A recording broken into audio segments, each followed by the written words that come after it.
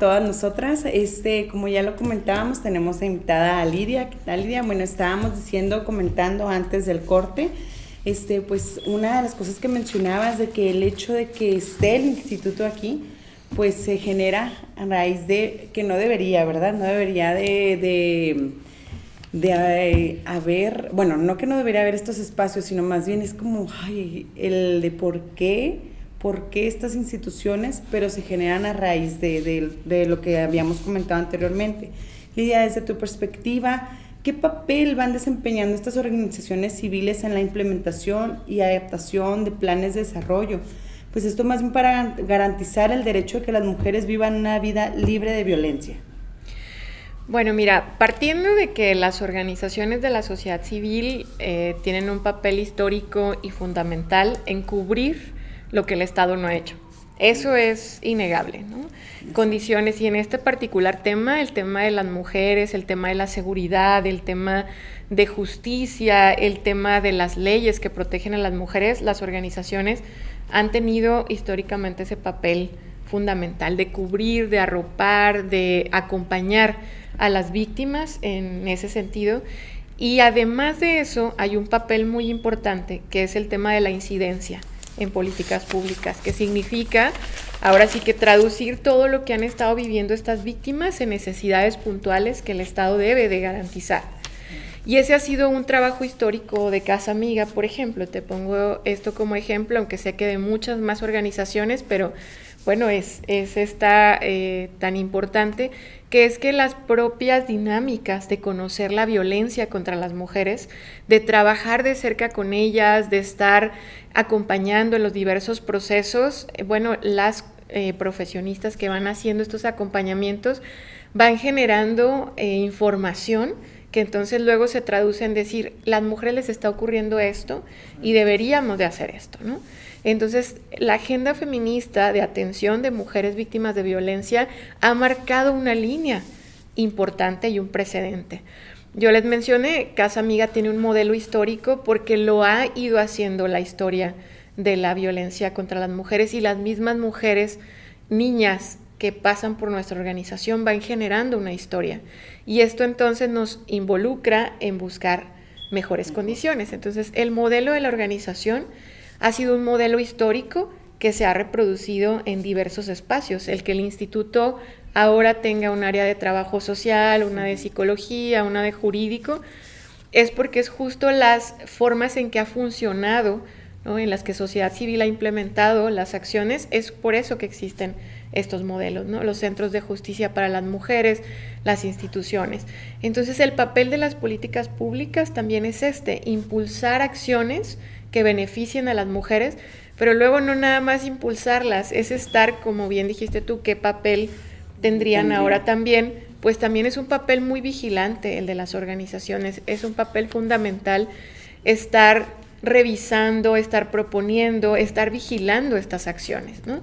Porque además, históricamente, pues hemos pasado las feministas y quienes trabajamos en este tema por diversas partes históricas, ¿no? Algunas de censura, algunas de crítica abierta, algunas de periodicazos, muchas más, ¿no?, para silenciar y callar, porque siempre ha habido una crítica amplia a lo que no está haciendo el Estado en todas sus dimensiones para garantizar el derecho de las mujeres a la vida y a una vida libre de violencia. Entonces, ahora, pues vemos cómo a través de los años también muchas instancias, organizaciones se puedan nombrar feministas o en favor de la agenda de género, pero no necesariamente esto es así, ¿no? El que lo digan, el que lo expongan públicamente, no necesariamente es que esto ocurra así. Entonces, esto nos lleva a que hay muchas ocasiones en las que ocurre una simulación. Y eso es lo que ahora la agenda feminista busca cada día más, ¿no? Estar involucradas en las diferentes instancias a fin de tener este ojo crítico y este ojo feminista, es decir, pueden ser políticas de simulación, ¿no? ¿Y cuál es una de las principales políticas de simulación? Cuando no hay ejercicio de recursos para ello, ¿no? Y esa ha sido una de las principales, ahorita apuntalando así como cuál es como la propuesta feminista más intensa, ¿no? Podría decirse, o en primer lugar, pues dotar de recursos económicos para que esto no ocurra. Y es sabido por quienes trabajamos este tema que impulsamos que la Fiscalía Especializada, que tenga más recursos, más ministerios públicos, que puedan tener lo suficiente económicamente para garantizar que cualquier mujer que vaya a tocar las puertas tenga la oportunidad de llevar un acceso a la justicia, ¿no? Ese es uno de los principales. Ahí les digo a los demás. Sí, de hecho, me parece muy importante esto que has dicho sobre el ejercicio de recursos y de cómo cada vez están más vigilantes y pues vigilantes, críticas y acompañando, ¿no? Yo me he dado cuenta a lo largo del tiempo que estoy aquí en el instituto cómo ha sido como esta relación más estrecha que de pronto no se tiene con una fiscalía especializada, que no se tiene con el centro de justicia y que sí definitivamente se necesitan más recursos, pues incluso para la misma seguridad laboral de las trabajadoras, ¿no? O sea, como son trabajadoras que están atendiendo la violencia de género, pero ellas mismas no tienen una seguridad en salarios, una seguridad en la salud, ¿no? Como todo ese tipo de cosas. Y entonces, desde tu perspectiva, Lidia, ¿qué cosas debería sí tener, además del ejercicio de los recursos, las dependencias, los espacios que se nombren feministas para que cumplan con esta agenda feminista? Bueno, mira, creo que aparte de dotar de los recursos necesarios, ustedes han estado enmarcando en los programas anteriores el tema de la planeación, claro, ¿no? Y entonces una planeación tiene que ver con cómo vas a ejercer esos recursos, porque está bien, los puedes tener, pero luego qué vas a hacer con ellos y cómo lo vas a hacer para optimizar, para que lleguen efectivamente a diferentes enfoques. Entonces, esta es una parte muy indispensable que deben de tener las instituciones que proveen el acceso a la justicia de las mujeres y los temas de prevención. Por mucho tiempo, nosotras hemos hablado de sí, vas a dar pláticas a la comunidad, pero tienen un objetivo, cómo lo estás haciendo, la manera en la que lo estás trabajando hace abismalmente la diferencia, porque puedes decir, claro, di 100 pláticas y me gasté 100,000 pesos, pero y entonces, ¿cuál va a ser la medición de impacto de esto? Este ha sido uno de los temas también muy insistentes desde la agenda feminista a las instancias y a las instituciones públicas.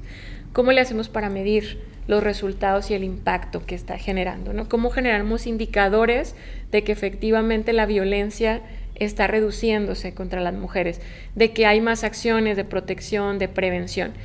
Y eso también me lleva a hablar del tema de la prevención. Esa ha sido una deuda histórica con Ciudad Juárez. El tema de la prevención, de no solamente estar reactivamente atendiendo las situaciones de violencia, sino cómo le hago para que esto no le vuelva a ocurrir. No tiene por qué pasarle a ninguna niña, ni a ningún adolescente, ni a ninguna mujer pasar una circunstancia así y luego tener una institución que pueda revictimizar otra vez en esas condiciones. Entonces, es una deuda histórica el tema de la prevención. Y la prevención es cara. Es decir, ¿por qué es cara? Porque no lo vas a ver de manera inmediata. Es decir, un mecanismo de prevención no lo vas a ver a la vuelta de mañana, reflejado en un cambio estructural y social. Lo vas a ver a largo plazo, ¿no? Y nosotras que tenemos ya más de 20 años trabajando este tema, vemos que las transformaciones son lentas, pero sí necesitan hacerse ya. Y eso también es un tema interesante de cómo en las agendas municipales, estatales, debe de haber un tema de la prevención y debe de haber incidencia en esos campos. Y cómo de manera transversal en un plan de desarrollo debe tener todas sus acciones, todas sus metas, la medición de impacto que tenga indicadores de la reducción de la violencia contra las mujeres. Es importante y creo que últimamente pues en los últimos años se ha estado hablando mucho de rendición de cuentas y justamente tiene que ver con que las asociaciones civiles han estado ahí, ¿no? Muy, sobre todo en cómo se ejerce el gasto. Y entonces ahorita que te escucho hablar de prevención, también pienso en que sí se va a notar justamente en que reduzcan los indicadores de violencia, y porque se va mucho recurso en actuar de forma reactiva, ¿no? Y eso se va al recurso y se nos puede ir la vida, porque por eso todavía no logramos ver hacia el final del túnel de la violencia de género. Pero también estaba pensando en cómo entonces necesitaríamos ajustar y contextualizar toda la situación de prevención, ¿no? Muy al momento actual que estamos viviendo. Esto lo digo y lo pienso porque pienso que cada vez se van transformando más y se van incluso en ocasiones recrudeciendo las formas de la violencia hacia las mujeres, ¿no? Entonces, seguramente antes algo que podías cubrir con charlas, en este momento pues ya las charlas no son suficientes. Sí, ese tema es muy importante porque el tema de la prevención no puede ser reduccionista, solamente informar, de dar un tríptico y mira, ve, ya atiéndete en este lugar y ya estoy ejerciendo acciones de prevención, ¿verdad? Claro. La prevención tiene múltiples formas de poderse involucrar. Por ejemplo, si hay una sentencia condenatoria alta, es un mensaje público de que las violencias contra las mujeres y las niñas no quedan impunes, y no de que alguien va a estar ahí para velar, una instancia, una organización que te acompaña y que puedes hablarlo y decirlo. Y también es un mensaje para los agresores de manera radical y fuerte decir, una sentencia de estos años puede ocasionar, ¿no? O puede ocurrir en una situación así. Entonces el tema de la impunidad es un tema de la prevención. El tema de generar acciones contundentes para la justicia es un tema de la prevención también. Y luego, pero entonces luego tienes personas que no están de acuerdo con sanciones más duras porque salen con este discurso de, pero y entonces los casos falsos, ¿cómo vas a meter a la cárcel a personas inocentes con tantos años? Y yo creo que por eso todavía no transitamos hacia allá, ¿no? Porque estamos como tratando de poner todo en orden, sobre todo porque me ha tocado escuchar mucho esta situación de las personas que le tienen mucho miedo a las denuncias falsas, ¿no? Como si niños y niñas, por ejemplo, fueran a denunciar de una forma falsa, o claro, las mujeres vivir esta situación de revictimización. Tal vez es alguien que no conoce el sistema de justicia y de impartición de justicia, porque definitivamente es tortuoso para una víctima exponer su situación, exponerla, su vida, su intimidad ante todo un proceso y un sistema, y definitivamente hay muchas formas, filtros y demás para llegar hasta una sentencia condenatoria. Entonces hay que dar a conocer cómo es un proceso, justamente para evidenciar que las víctimas no mienten, ¿no? En situaciones como esta, sobre todo cuando se trata de niños, niñas y adolescentes. Así es, Lidia, pues hemos estado con mucha información el día de hoy y como siempre, creo que nos falta tiempo, pero seguramente te vamos a ver a lo largo del año, te vamos a escuchar a lo largo del año y te vamos a tener de nuevo aquí. Un mensaje final que quisieras darle a nuestros radioescuchas o quienes nos están viendo en Facebook.